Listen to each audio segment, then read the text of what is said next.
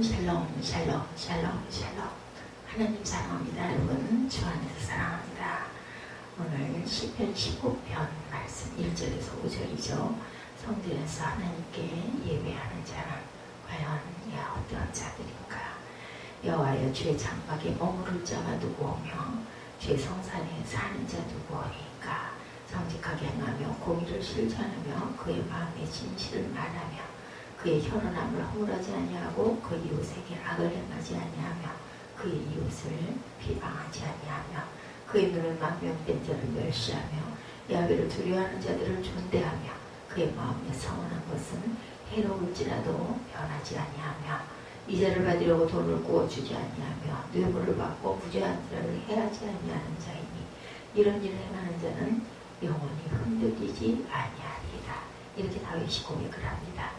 성도들이 예배에 참석하기 위해서 성전에 들어갈 때 부르는 노래이죠.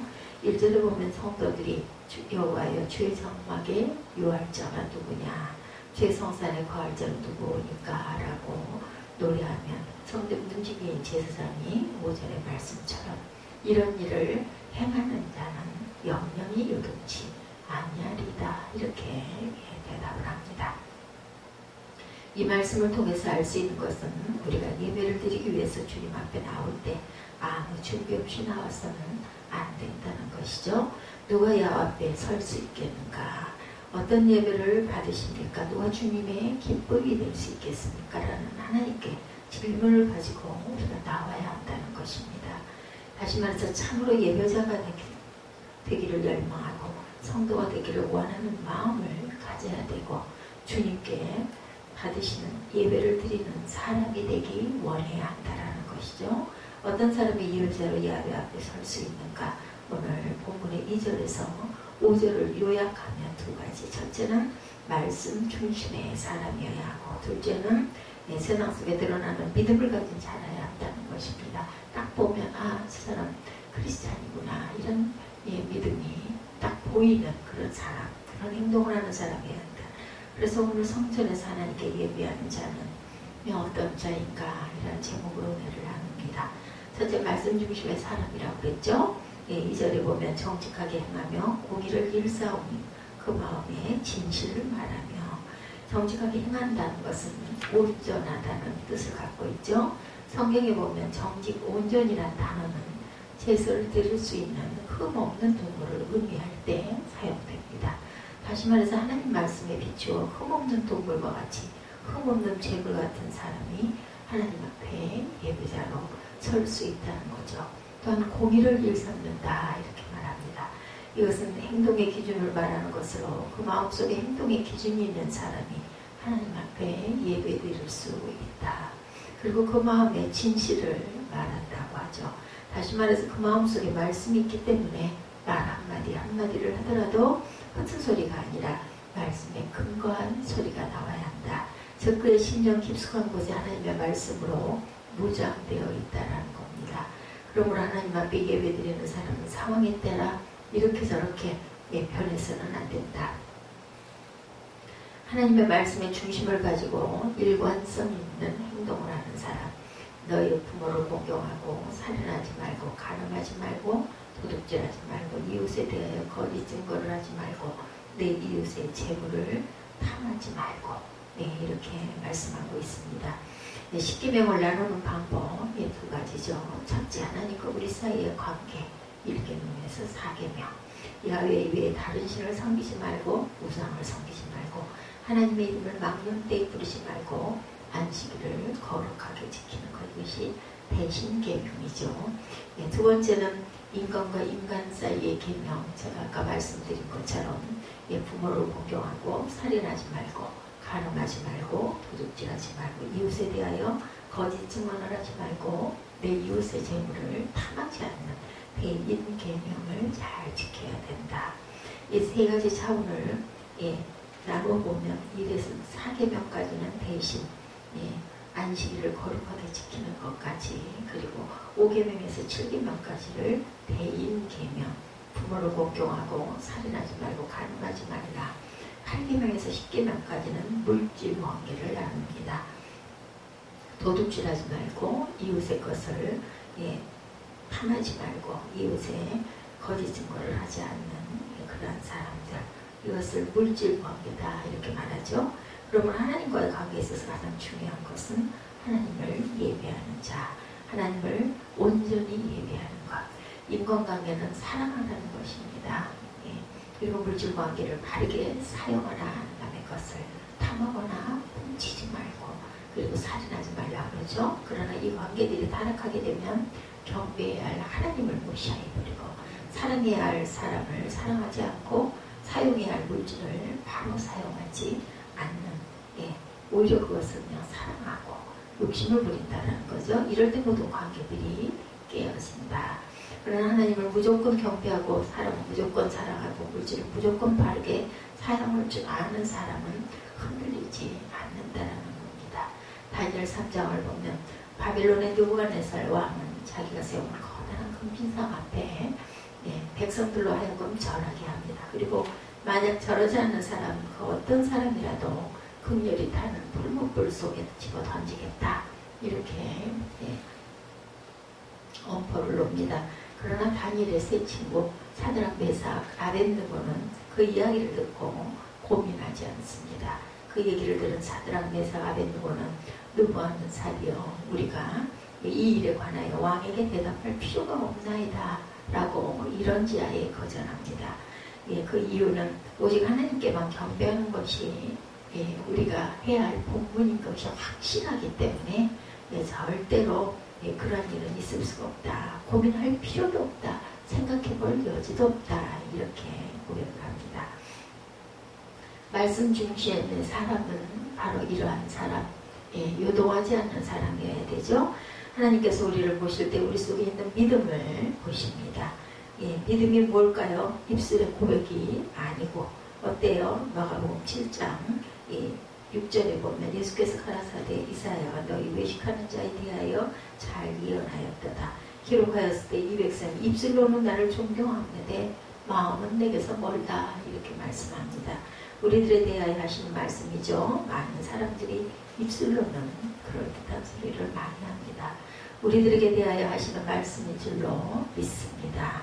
오늘날 많은 사람이 못하는 소리가 없는데 믿음으로 말미암아 구원을 얻었고 믿음이 세상을 이기고 믿음이 최고라고 이렇게 말합니다. 그런데 그 믿음을 어디에 사용합니까? 입술의 고백은 좋은데 마음은 멀어져 있기 때문에 예수를 위해서 단 한 번도 손해보려고 하거나 희생하려고 하지 않고 죽으려고 하지 않습니다. 예수께서 말씀에 믿음을 보시겠느냐 이렇게 한탄하시죠. 여기서 주님이 말씀하시는 믿음은 세상과의 충돌하고 싸워서 이기는 다니엘 세 친구와 같은 그러한 믿음, 이런 믿음이 있어야 예배자로 우리가 설 수가 있다는 거죠. 인생을 살아갈 때는 모든 것이 넓어져야 합니다. 별것 아닌 문제로 분노하고 짜증내고, 예, 그러지 말고 우리가 양보할 줄 알아야 되겠다. 몇 푼 안 되는 것 때문에 부들부들 떨면서 손해보지 않으려고 하지 말아야 되겠고, 인생은 관용하는 마음으로 넓게 살아야 됩니다. 그러나 믿음만은 우리가 좁은 길을 가야 되죠. 타협하지 말아야 됩니다. 어떠한 얘기에도 흔들리고 요동하지 말아야 되죠. 철저하게 말씀을 붙드는 믿음, 정직한 믿음, 올곧은 믿음이 되어야 합니다. 그래서 사랑은 넓게 하지만 믿음은 좁게 걸어갈 수 있는 하나님의 자녀들이 되어야 되겠습니다. 사회 속에서 또한 믿음을 드러내는 자여야 되겠다. 성경은 성도를 세상의 빛이라고 했지 교회의 빛이라고 하지 않았습니다. 그러므로 믿음은 교회 안에서 드러나는 것이 아니라 사회생활 속에 드러나야 합니다. 그렇기 때문에 우리가 하나님 앞에서 예배자로 서기 위해서는 교회가 아니라 세상 속에서 우리가 어떤 믿음을 가지고 싸우는지에 대한 전리품을 가지고 주님 앞에 나와야 합니다. 이것이 세 가지로 보면 첫째 말이죠. 3절에 보면 그 혀로 참소치 아니하며 그 보석에 행하지 아니하며 그 이웃을 회방치 아니한다.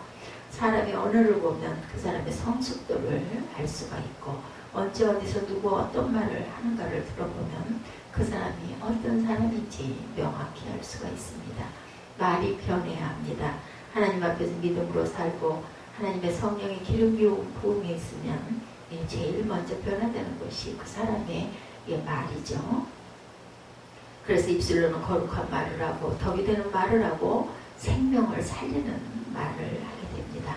말에는 엄청난 능력이 있습니다. 하나님께서는 이 세상을 말씀으로 창조하셨죠. 그러므로 하나님의 형상으로 지음받은 하나님의 백성들에게도 역시 말의 능력이 있습니다. 말의 능력 가운데 가장 큰 능력이 바로 기도이죠. 우리가 하나님 앞에 내 입술을 열어 말로 기도를 드림으로 말미암아 하나님의 창조 사역에 동참하고 세상을 움직이게 하는 것, 대단한 능력을 가지고 있다는 것을 우리가 알아야 합니다. 한 걸음 더 나아가 우리가 생명의 말씀을 우리 입술로 증거하면 어떤 일이 일어날까요? 마귀의 종이었던 사람이 하나님의 자녀로 변화가 됩니다. 우리 입술의 말을 통해서 사람을 죽이기도 하고 살리기도 할 수 있다는 것을 우리가 알아야 되죠. 대단한 능력입니다. 그래서 하나님의 성령으로 변화받은 사람이 제일 먼저 변화하는 것은 말을 사용해서 사람을 살리는 자가 된다는 것이죠. 동시에 말은 엄청난 파괴력을 가지고 있습니다. 죽이기도 하고 불태우기도 합니다. 야고보 3장 6절에 보면 혀는 곧 불이요 불의 세계라. 혀는 우리 지체 중에 온몸을 더럽히고 생애받기를 불사르나니 그 사르는 것이 지옥 불에서 난다 이렇게 증거됩니다.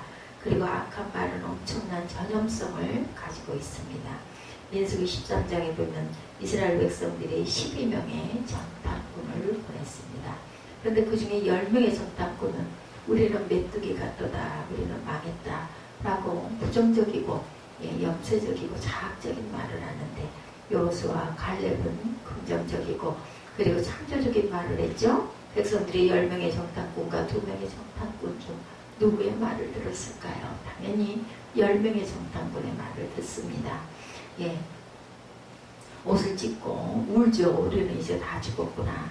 부정적인 언어는 자기 자신만 죽이는 게 아니라 주변을 죽이고 공동체를 죽이고 후손까지 죽이는 독소를 가지고 있다는 것을 우리가 잊지 말아야 합니다.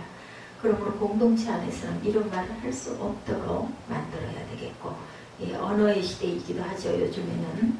그런데 인터넷을 통해서 악한 말이나 악플이라고 하죠. 로봇들이 떠돌아다니고 이런 걸로 인해서 유명인들은 자살을 하기까지도 합니다.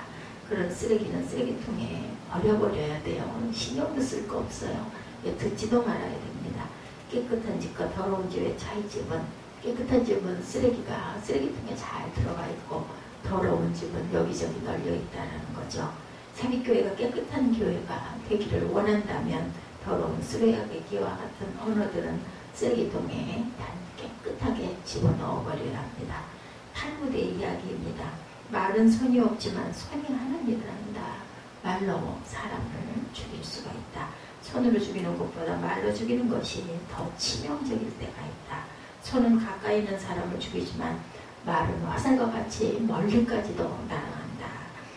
또한 말은 멀리 날아가는 화살보다 또 더한 무섭습니다. 화살은 방패로 막아낼 수 있지만 어떤 방패로도 막아낼 수 없는 것이 바로 말입니다.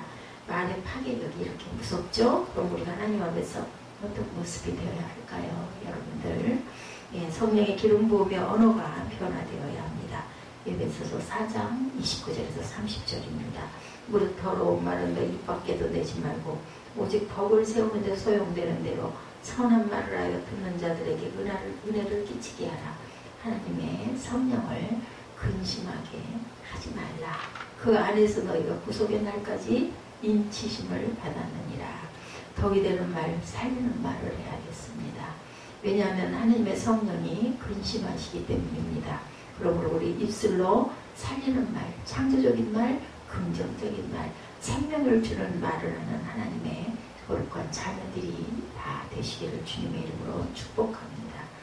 그리고 또한 대인관계에 보면 4절이죠. 그노는 망령된 자를 멸시하며 야훼를 두려워하는 자를 존대하라 라고 말합니다. 참된 믿음은 사람과의 관계에서 멸시할 사람은 철저히 멸시하고 존경할 사람은 철저히 존경하라는 겁니다. 시편 12편 8절에 보면 비루함이 인생 중에 높아지는 때 악인이 천처에 횡행하는 도다 이렇게 증거되어 있습니다. 비루함, 더러운 것들이 인생에서 높아질 때 악인이 천처에 횡행한다. 예를 들어 교회 안에서 믿음을 저버리고 부정적인 방법으로 돈을 벌어 출세한 사람이 있을 때 그런 사람을 존경해야 할까, 멸시해야 할까. 그런데 오늘날 교회는 세상의 방법, 더러운 오물과 잡다한 방법을 가지고도 출세하고 부자 만들고 성공하면 대접을 받습니다. 악인이 처처히 그러기 때문에 회명하게 된다. 우리가 주목해야 할 것은 멸시할 사람은 철저히 멸시해야 한다. 이것이 우리의 믿음입니다. 진정한 교회는 예수 그리스도를 알지 못하는 불신자들을 향해서 복음을 들고 나아가야 합니다. 그리고 하루 종일 증거에서 한 명을 건진다 할지라도 그 한 명의 영혼을 귀중하게 여기는 것, 그것이 바로 교회의 영광이고 교회의 생명이라는 것을 잊지 말아야 합니다. 그런 교회를 우리가 귀하게 여겨야 됩니다. 멸시할 것은 철저히 멸시하고 존경할 것은 존경하는 그런 변화가 일어나야 한다.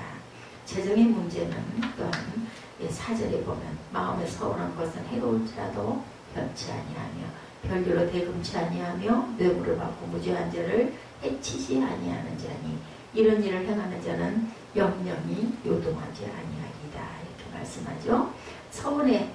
서운한 것은 해로울지라도 지켜야 합니다. 서운한 것은 마음에 부담이 될지라도 꼭 지키고 가야 한다.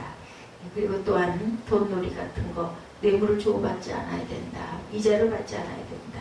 정치라는 것은 인간성을 상하게 하는 그러한 요인이 있습니다. 성경에 보면 정치를 다윗은 40년을 했지만 기쁨과 감격이 죽을 때까지 그치지 않습니다.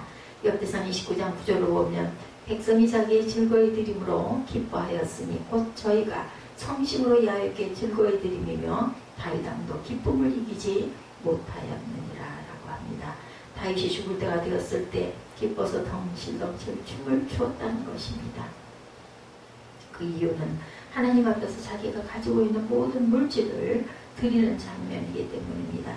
물질을 가지고 하나님 앞에서 기쁨과 감격이 있기 위해서는 마지막에 드림이 있어야 합니다. 드림이 없이는 기쁨을 누릴 수가 없습니다. 축적하고 있으면 반드시 썩게 됩니다. 그리고 하나님께서 우리에게 주신 것을 가지고 드림이 없으면 나중에는 반드시 무너진다는 것을 잊지 말아야죠. 그러므로 하나님께서 우리에게 주신 축복을 가지고 또 다른 사람을 섬기는데 사용할 줄 알아야 되겠다. 디모데후서 4장 6절에 보면 바울은 고백하기를 내가 관주와 같이 부음이 되고 이렇게 증거되어 있습니다. 바울의 신용 가운데 그리스도의 제단이 있었는데 그 제단 위에 자기의 모든 것, 학식, 젊음, 물질, 영물정 그리고 기백을 다 쏟아 부었습니다. 그래서 멋진 인생입니다. 저와 여러분도 삶 속에 항상 그리스도의 제단을 가지고 우리의 모든 것을 쏟아 부을 수 있는 믿음의 자녀들이 되시기 바랍니다. 우리가 하나님 앞에 예배자로 나아갈 때 어떤 모습으로 나아가라고요? 두 가지.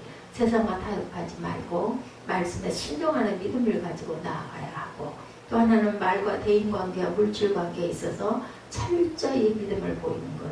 이러한 모습으로 자랑스럽게 하나님 앞에 설 수 있는 신실한 저와 여러분 되시기를 주님의 이름으로 축복합니다. 기도하시겠습니다.